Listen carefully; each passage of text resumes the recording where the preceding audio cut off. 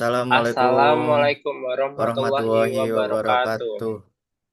Kami dari kelompok 25 akan mempresentasikan mengenai unlocking business value, yaitu analisis model bisnis dengan sistem langganan atau subscription. Sebelumnya izinkan saya memperkenalkan diri. Perkenalkan, nama saya Muhammad Bintang Jaludin Rumi. Saya dari Sistem Informasi 25 dengan NIM 187251111.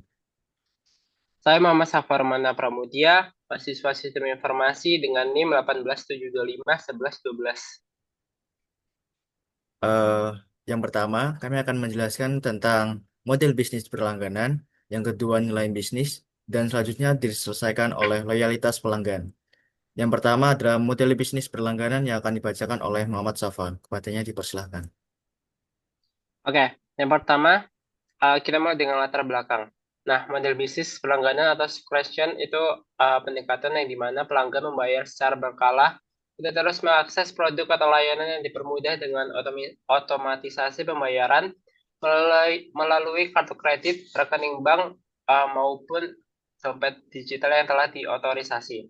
Nah, pada awalnya populer di layanan digital seperti streaming dan perangkat lunak.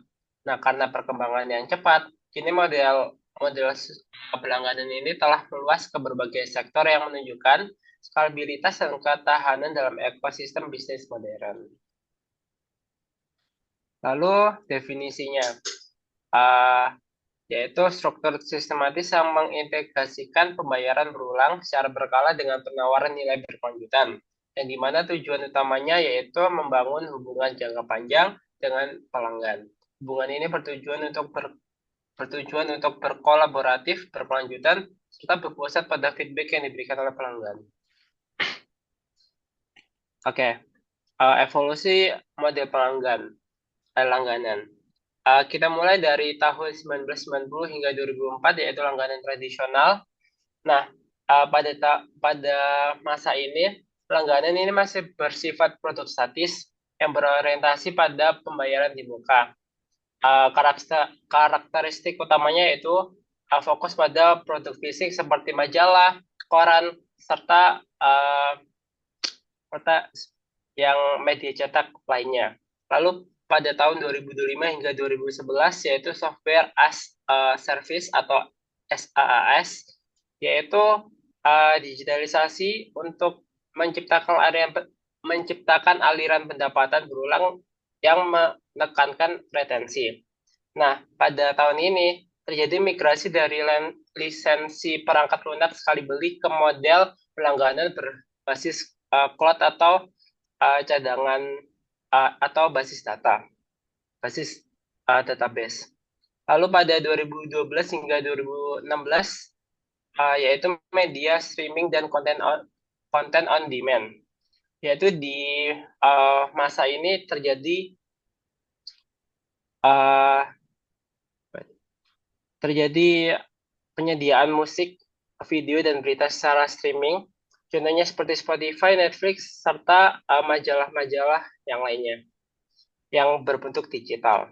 Lalu pada 2017 hingga 2021 uh, terjadi platform ekosistem dan banding, yaitu menggabungkan layanan berlangganan dalam bundling dan trade pricing untuk meningkatkan cross-selling, yaitu perusahaan besar itu mengintegrasikan layanan berbasis ke dalam ekosistem produk seperti Adobe Creative Cloud, Microsoft 365, serta yang lainnya. Lalu yang terakhir di 2022 hingga sekarang, kita tahu semua bahwa AI sedang kencang-kencangnya, ya, maka terjadinya AI driven dan personalized subscription, yaitu di mana AI memungkinkan personalization hypergranular serta model solution as service dengan fokus pada co-creation nilai bersama pelanggan. Nah, ini memungkinkan uh, bahwa semakin berkembangnya model berlangganan ini.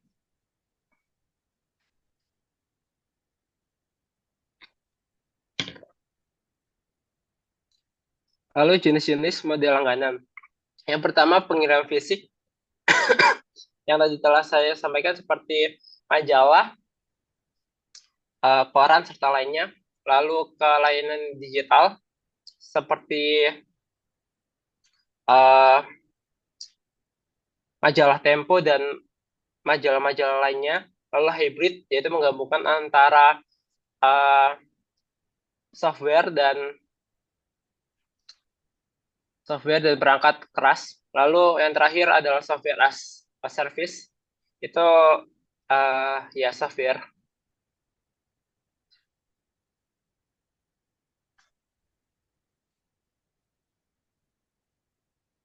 Nah, tantangan dan risikonya yang pertama yaitu tingkat pembatalan langganan atau churn rate yang tinggi. Lalu yang kedua, persaingan ketat di berbagai sektor.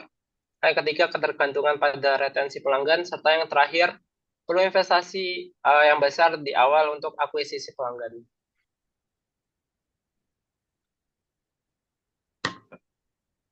Berikutnya adalah nilai bisnisnya pertama yaitu pendapatan.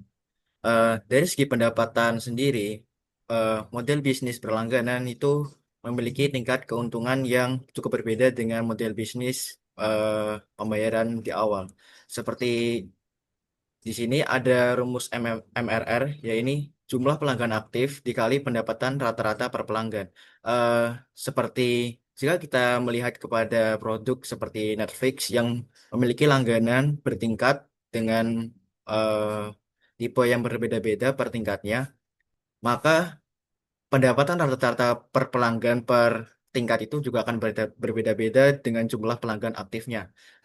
Oke, selanjutnya nilai bisnis yang kedua adalah data. Seperti produk digital Netflix memiliki beberapa keuntungan jika kita menggunakan model bisnis berlangganan seperti personalisasi layanan.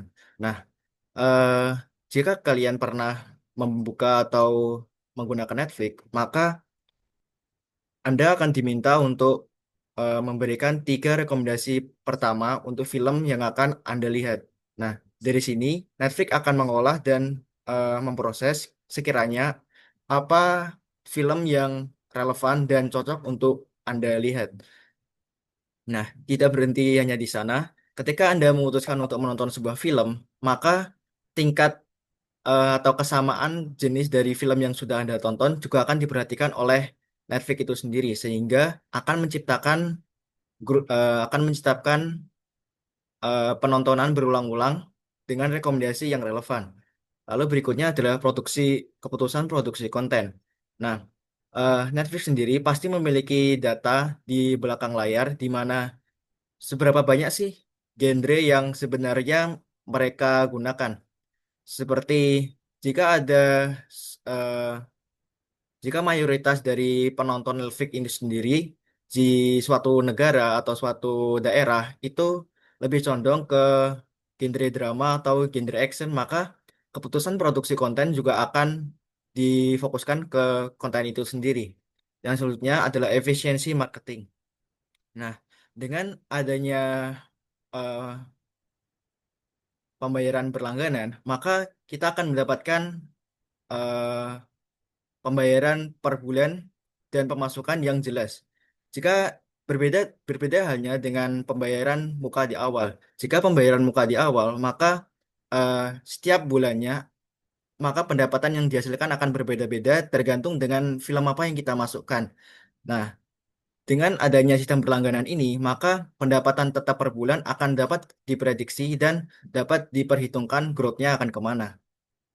Yang selanjutnya adalah loyalitas pelanggan. Nah, di sini ada sebuah tabel yaitu Customer Lifetime Value.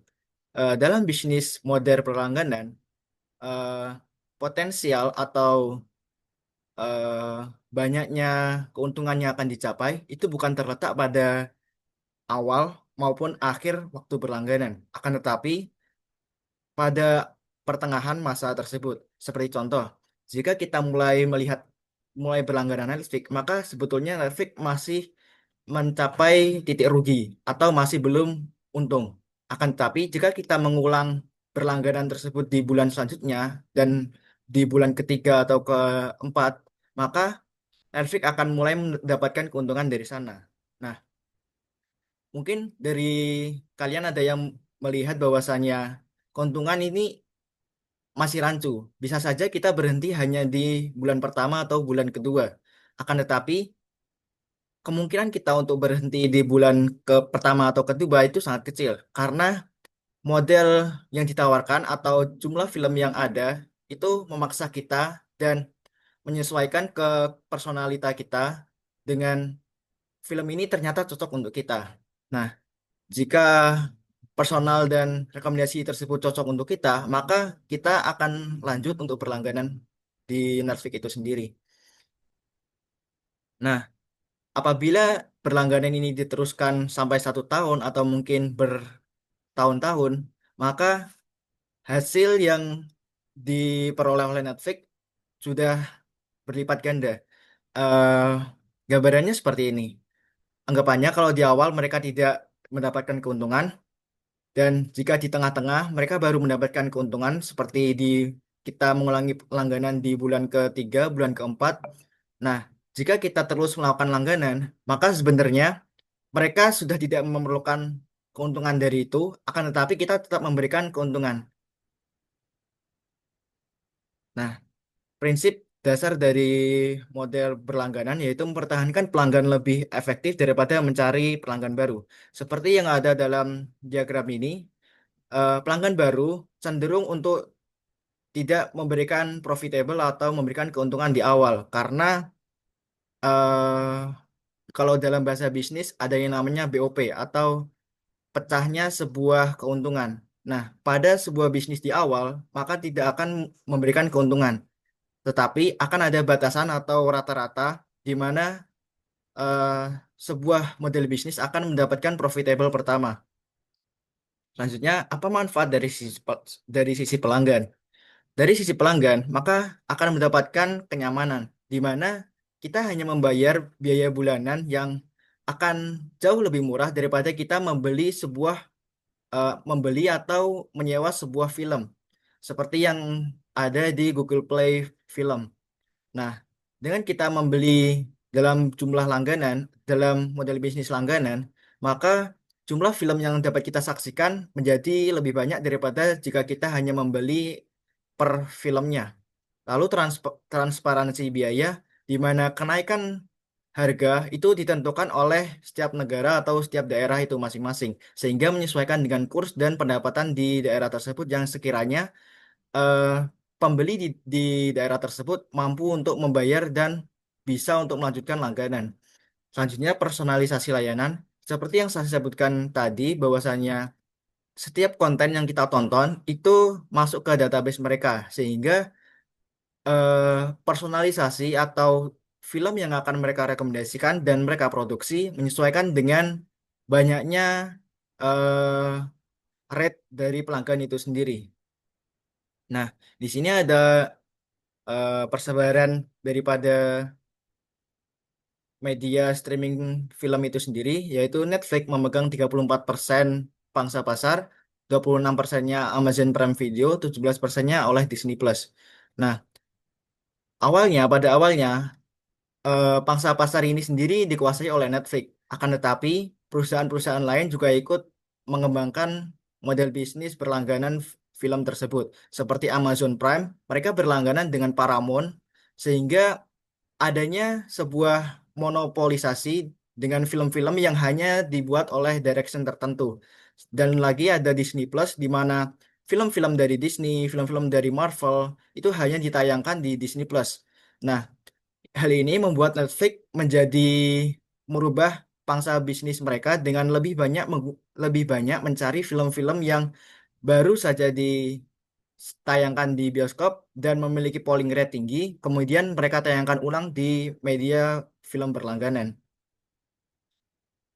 Berikutnya ada sebuah quote, keberlanjutan sebuah bisnis bukan diukur dari seberapa besar skalanya, melainkan sejauh mana ia mampu terus bertahan dan berlangganan adalah kuncinya, dari Nansu Buga dan Kowalkowski. Terima kasih.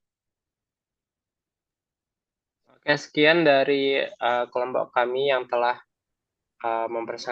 mempresentasikan mengenai sistem berlangganan. Terima kasih. Ini adalah Oke. uh, ya daftar pustakanya. Terima kasih atas waktunya. Mohon maaf apabila ada kekurangan. Maaf ya. Kami dari kelompok 2 mengucapkan terima kasih. Assalamualaikum warahmatullahi Waalaikumsalam warahmatullahi wabarakatuh. wabarakatuh.